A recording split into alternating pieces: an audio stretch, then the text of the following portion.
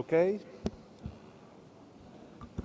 Well, I'm sure we feel refreshed after coffee. Our next session is going to be a presentation by Dr. Apisit Kittawornrat. Dr. Kittawornrat is a DVM, a veterinarian, a graduate of Chulalongkorn University in Thailand. He has a master's from Iowa State University, and he's currently working at Iowa State University to complete his PhD with Dr. Jeff Zimmerman. Previously, he worked as a veterinarian in the field with CP Foods in Thailand, and today he's going to talk to us about novel tools in PRRS epidemiology. Thank you. Welcome, Apisit Kittawornrat.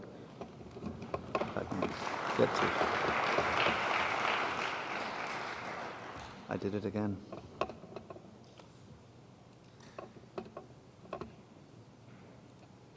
Okay.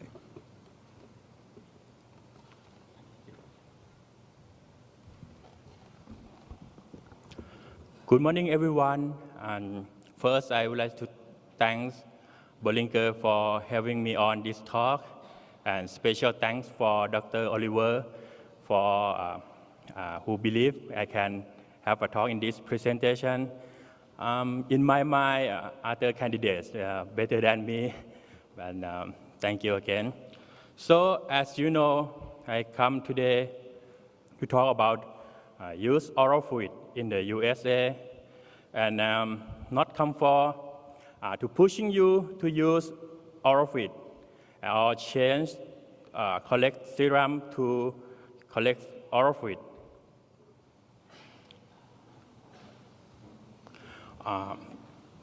First, I would like to show you in this graph, and in 2010, Iowa State University laboratory opened to submission of the oral fluid sample from 2010 and to currently.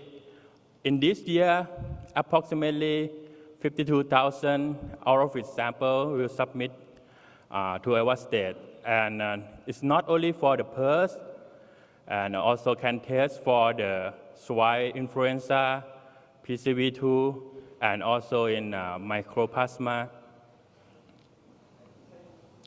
Not only for the PCR and also ELISA.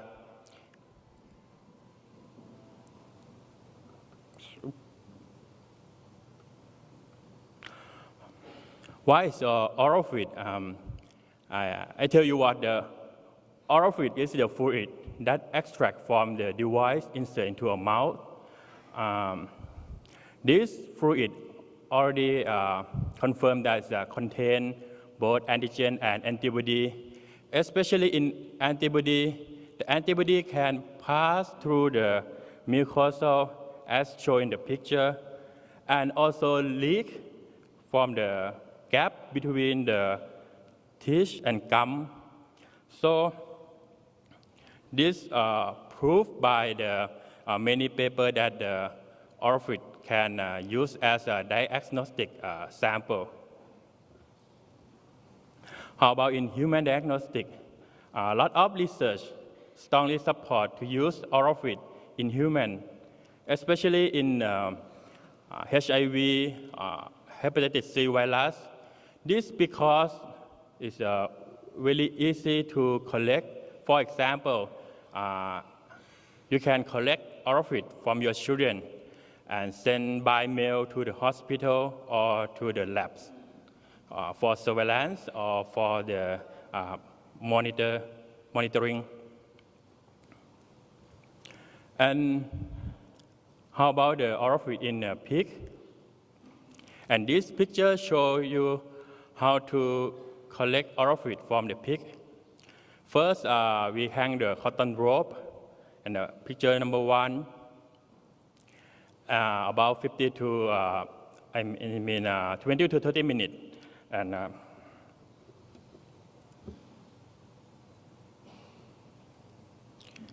as shown in the movie, in win to finish side, the pig, you can collect oral fluid by hang the rope and jump into the pen for the check the health status, and then before you go out of the house, fish for the barn of pig, we can have a sample on hand.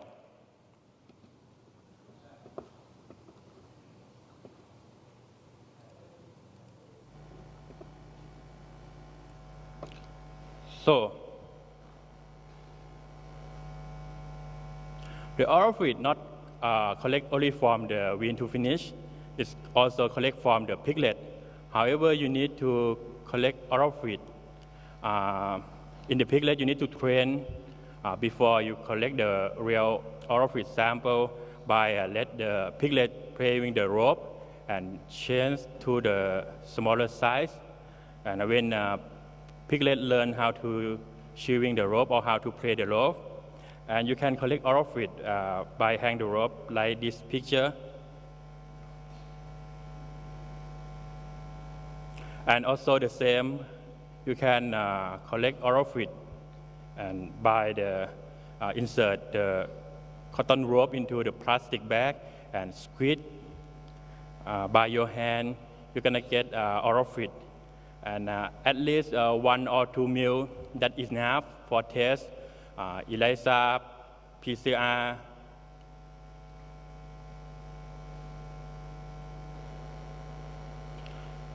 And the oral fluid can also collect from the individual balls, as shown in this movie.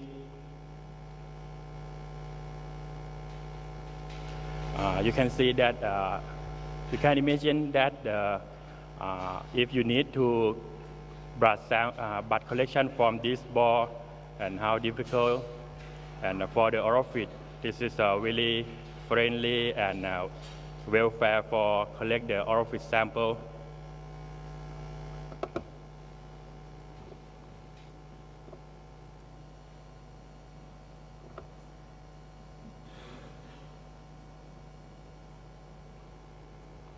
So the next question is, can we use other kind of rope to collect oral fluid? Because in some country, it's difficult to find the cotton rope. So in this experiment by Chris Olsen, to collect the oral fluid by use different kind of rope, we use a cotton rope and nylon and hemp. So in the result, we found that the oral fluid from the different kind of rope not affect the SP ratio or the positive negative result for the ELISA test. However, for the PCR test, the cotton rope showed the highest positive result when compared to other kind of rope.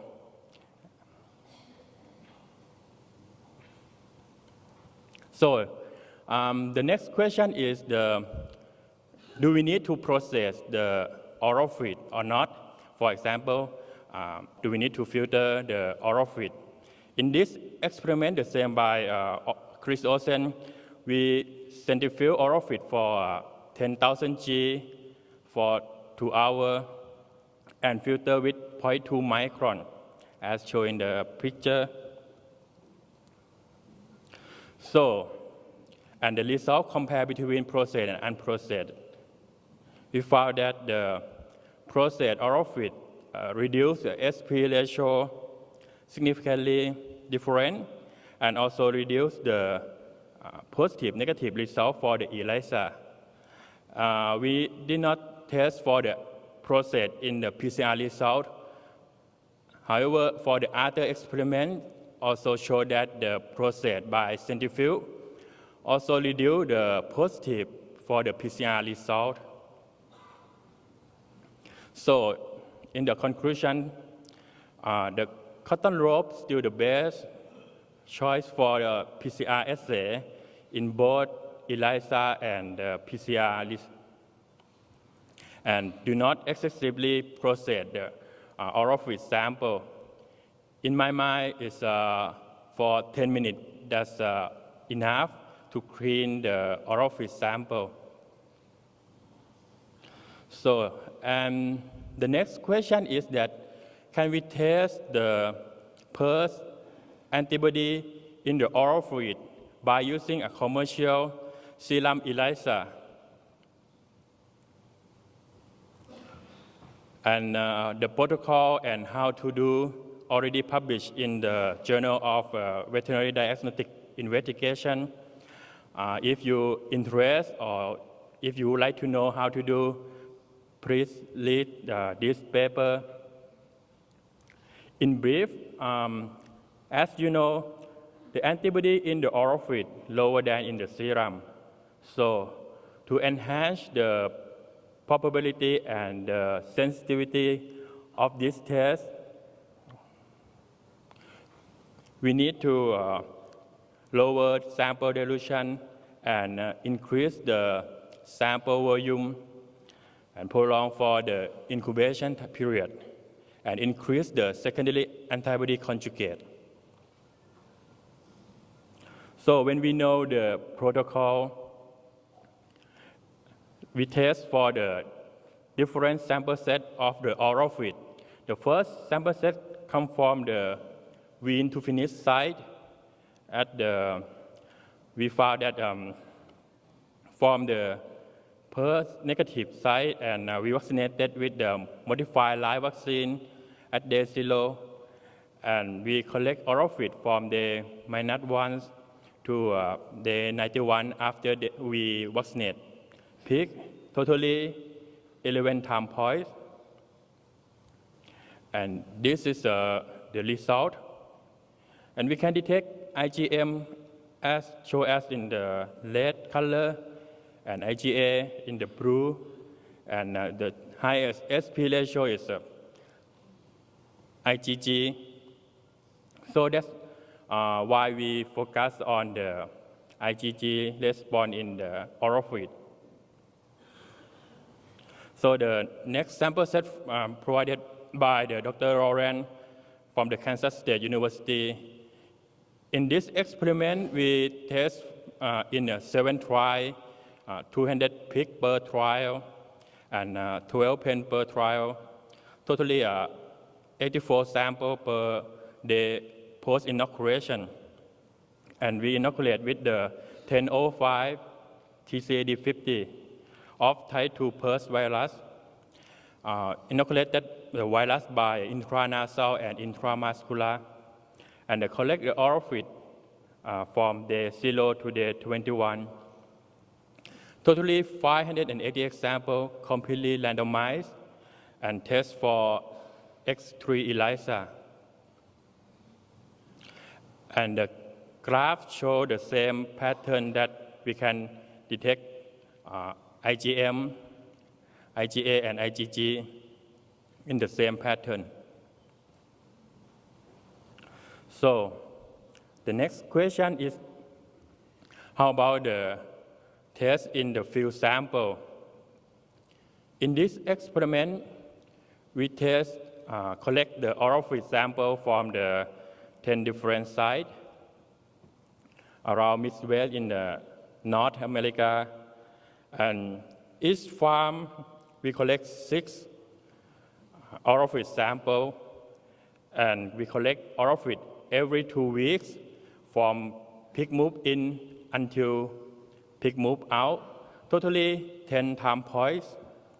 So we collect total 600 oral fluid samples, and 600 oral fluid samples completely randomized and test for the PCR and ELISA. In this table, let me show you the how to interpret. The number on the white background mean the SP ratio lower than 0.4, and the number on the yellow background mean the SP ratio higher than 0.4, and the number on the pink with the p, small p, mean the positive, both PCR and ELISA. And you can see that after pig move in, we cannot, because we have a short time, we cannot show all 10 farm. However, in this example, we show you a 3 farm, and the farm number 5, number 9, and number 10. When pig move in, we collect the oral fluid, and all positive for the SP ratio for the ELISA. And this might be the passive immunity or the maternal immunity. However, for the 2 weeks after the pig move in, almost all samples still positive for the ELISA, but lower in the SP ratio.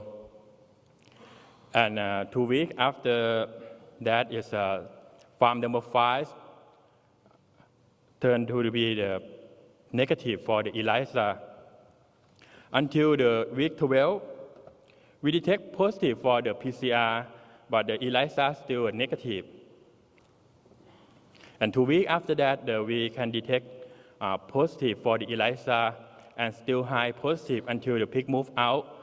And for the PCR result, we can detect only positive by oral fluid only for the week 12. The next example in bar number 9, also the same when the passive immune or maternal immunity already declined and the SP ratio negative. Before the pig move out, we detect positive for the PCR, only 1 sample, but all 6 samples positive for the ELISA. And also the same in bar number 10, that we can detect positive first for the PCR, and then we can also detect positive for the ELISA. When the positive for the ELISA is still high and positive until the end of the experiment. So the next question is that how about the sensitivity and specificity of this test? For the sensitivity, we test from the positive sample, and also the same, we define the positive sample from the sample that detect positive after we detect the PCR positive. For example, the sample in the red area, and also in this red area, we count as a positive for the ELISA sample. And this graph shows the SP ratio distribution of the positive and negative sample. From the negative sample, we choose the sample set 2, that the experimental sample from the day 0, and the negative sample that submit to the Iowa State University that we know is from the negative herd for PRRS.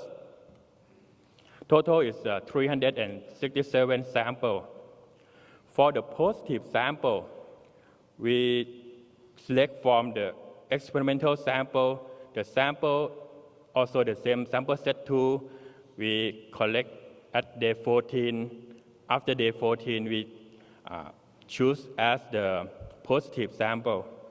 And the field sample that I mentioned before in previous slides, so totally 494 sample as a positive sample. For the ROC graph, you can see that with the same cutoff as the serum ELISA, you're gonna get about the 95 sensitivity and 100% specificity. And you also the same adjust for the optimized maximum by change the cutoff to 0.33. You're gonna get the more than 95 and still 100% specificity. So in the conclusion, the X3 ELISA modified for the oral fluid to be good sensitivity and good for specificity. And this assay is an excellent tool for the monitoring PRRS virus. So the next question is that are these results reproducible? So we set up the project of the ring test to evaluation of the repeatability and reproducibility. 12 labs participated in this project.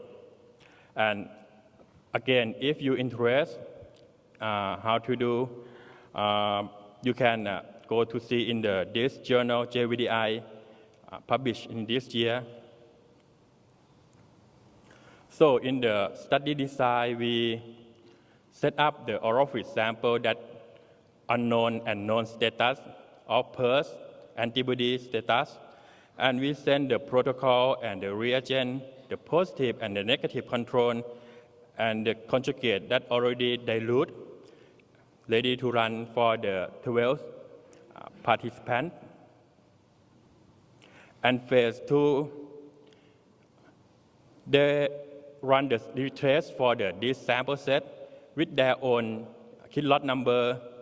For example, in the phase 1, we provided all the kit lot number W721, and the phase 2, their own kit by the retest.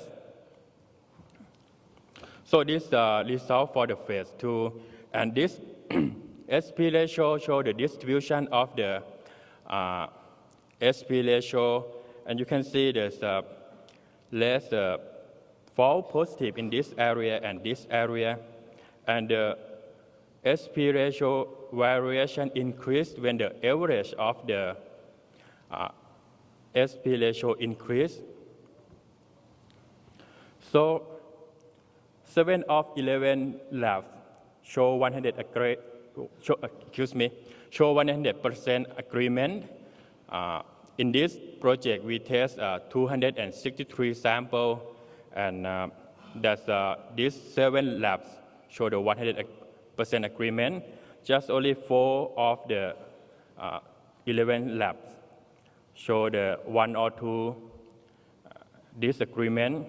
This should be a technical error. Just only sample number 5, that's the SP ratio pretty close to the cutoff. That should be the sample error. So in conclusion, this test is good for the reproducible for the other laboratory. So the next question is that can we test or can we collect orophyte from the individual ball and test for the PRRS antibody and PCR? In this experiment, we set up 3 trials, and the first trial we vaccinated with the modified live vaccine, and then the second trial inoculated with type 1 field isolate, and trial 3 inoculated with the type 2 field isolate.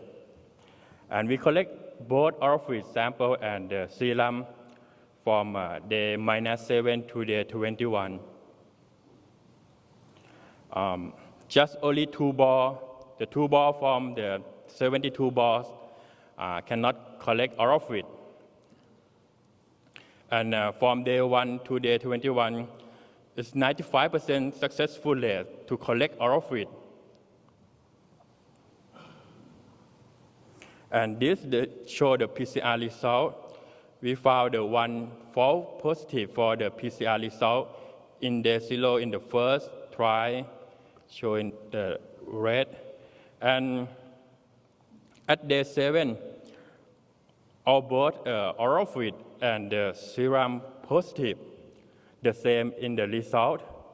However, in day 14 and day 21, the orophyte result show higher positive than in the serum.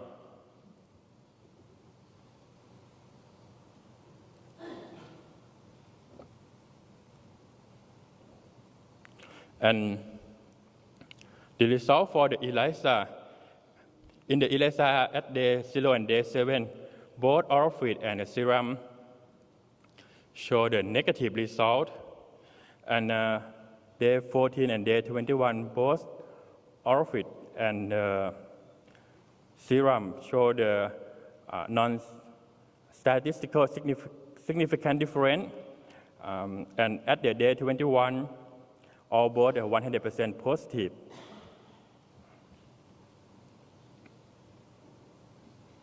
So the ORFID can be collected from the individual balls, and it's friendly and welfare, and it's safe for the personnel or worker in the farm.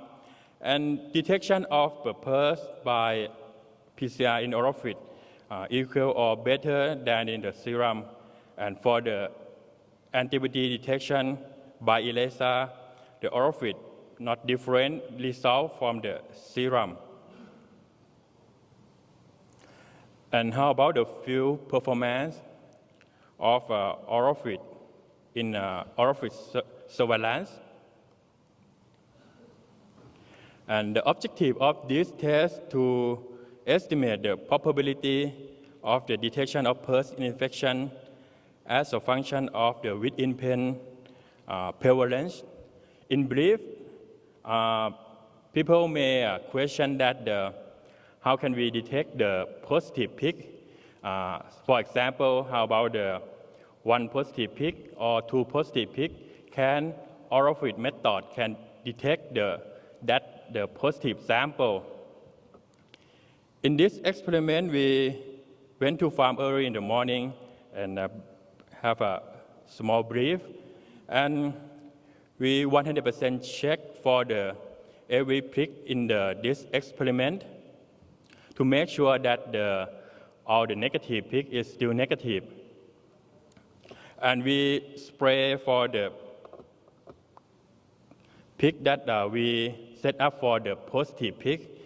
And we also use the personnel to check the positive peak, chewing the rope or not, and to detect for how many times that this pig chewing the rope. And again, in this experiment, we set up 25 pens, and each pen have the same pig number is the 25. And we set up the prevalence by we vaccinated with the PRRS modified live vaccine. And for example, the prevalence 0 means no positive pig in pen, and prevalence 20 means 5 positive pig in pen. And after we collect ORFID, we aliquot to 6 samples and distribute to the 6 different labs to test for the PCR and ELISA. So for the experiment design may make you confused, and I'm gonna go step by step. First, the PRRS negative pig from the Missouri vaccinated with the modified live vaccine. And then 10 days after we vaccinate pig, we move that the vaccinated pig to the site to the Iowa farm and place into the isolation in the different site. At the day 12 after vaccinate pig, the negative pig from the other side, from the Oklahoma, moved to the Iowa farm and allocate to a different 25 pen and collect ORFID from each pen. And day 13 after vaccination, in the morning we 100% check for the 535 negative pig to make sure that all pig is negative. And the afternoon, we move the positive pig into the negative pen to make sure set up the following the prevalence by the 0, 4, 12, 20, or 36%. And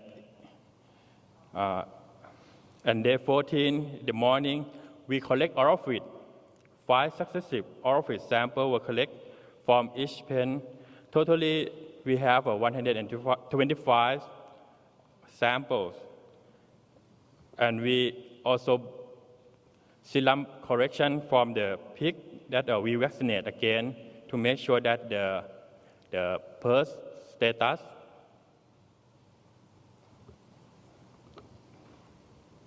For the PCR result, and this shows the variation of the PCR result in the oral fluid. You can see that we have 3 labs that are false positive for the PCR. However, at the 4% of the prevalence, we can detect from the 8% of positive sample, the maximum is 20%. Let me explain you for example, in the 100% positive mean the 5 oral fluid sample that test in this lab is positive. So this means the 100% positive. And the p-value means if the p-value lower than 0.05, this means that the positive result from each lab have a high variation. You can see after 8% of the positive peak, the kind of a really high variation between the labs result. And how about the oral fluid ELISA? For the ELISA, the variation lower than the PCR result, and just only one lab that the false positive, and only these 2 prevalence that the high variation, and when the increase the number of positive of peak, the positive of oral fluid sample also increase when the number of peak that positive. So for this graph compare between the oral fluid result and the real prevalence. The x-axis represents the within pen prevalence. For example, 20% pen prevalence means that the 5 positive peak in pen, and the y-axis represents the predicted probability.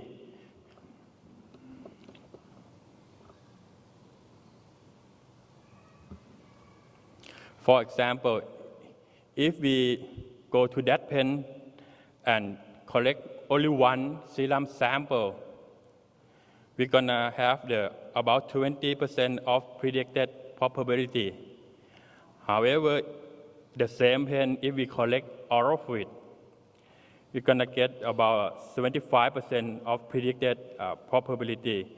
So to use oral fluid, you're gonna increase the probability of the detection with the oral fluid.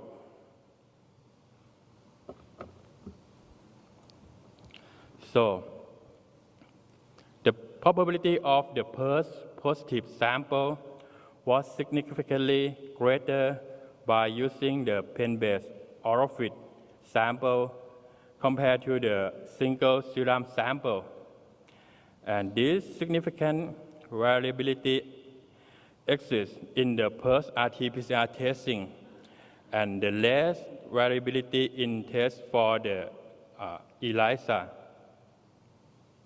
So for the take-home message, the oral fluid can be collected from both individual and the group peak. This method kind of the welfare friendly and it's safe. So the cotton rope is still the best choice for the collecting oral fluid sample. And please avoid to post collection sample processing. For the detection by the PCR and ELISA oral fluid, these tests show the in the orophyt show the equal or better than the serum. And you may have the question that if the sick pig or the infected pig may not cooperate or not chewing the rope, how can we can detect orophyt or not? In my mind, if you have this problem, you may need to have other kind of diagnostic sample. And people always ask the orophyt may or may not contaminate from the bacteria or the other dirty bees or not. And within this, the sensitivity of this test, this can reduce of the bacteria contamination and still have the high sensitivity.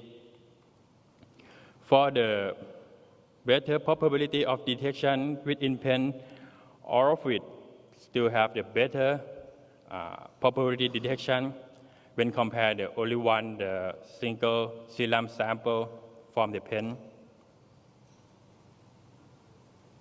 Finally, I would like to thank my professor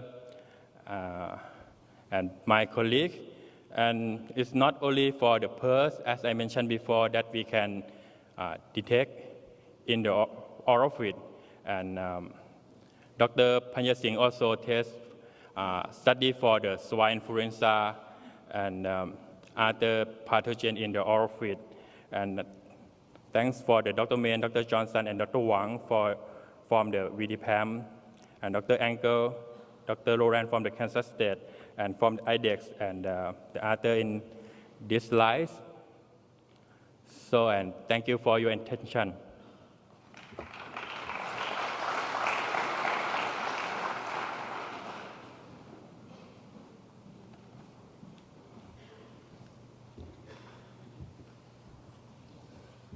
Okay, we have time for a question from the audience.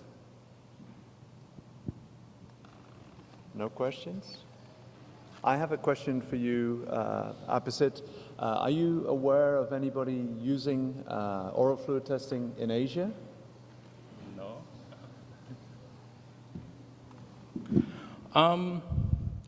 For the oral fluid testing in Asia, in my mind, is the first, if you cannot find the cotton rope, you may use the head mop to adjust to collect the orophyt sample. And from the currently report at the WASV,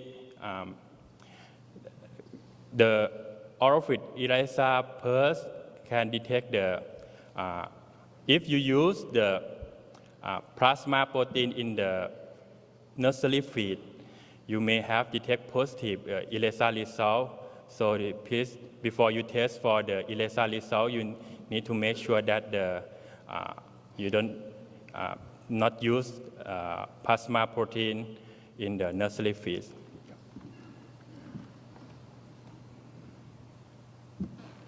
Okay, if there's no, oh, there's a hand, a question.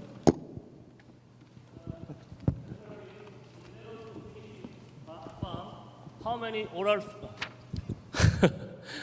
oral fluid samples are needed when you monitor the PRRS status in a herd? So if I understand, you asked how many oral fluid sample in the herd, right?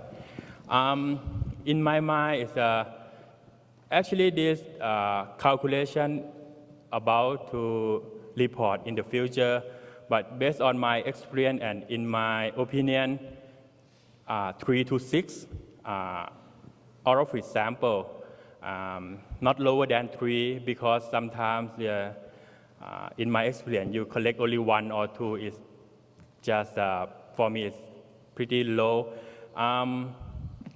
My answer is 3 to 6 samples per barn.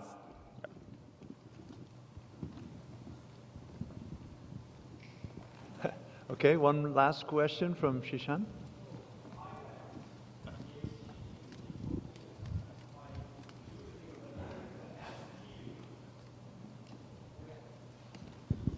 Well, IDEX has been teaching the Chinese customer you can judge your surveillance, when you do surveillance in the farm, and you actually can use the SP value to judge the infection or vaccination status. And for example, if you get identical, similar SP ratio, that's probably based on mass vaccination. But if the value is too diversified, so that could be infection. So my question is, you have compared the oral fluid and the serum SP value. Are they similar? And can IDEX use the oral fluid and use the same threshold cutoff to evaluate the infection or vaccination status in the farm? Thank you for question. In my opinion, the oral fluid ELISA PRRS not to that step to compare between the ELISA for the vaccination result and the infection result. It still need to have the time to improve. However, in the next month, maybe IDEX about to launch the new oral fluid, the new ELISA test kit for oral fluid that takes for the 2 hours for incubation, and when they have the commercial, it's made stable, because this is a modified method. So sometimes it can predict and sometimes it cannot. So however, it's for the cutoff point 0.4 is because it's a pretty different from the positive result and negative result. However, for the positive result, it's pretty high variation. But the good thing is the negative result is pretty narrow. So we still can use the 0.4 cutoff SP ratio.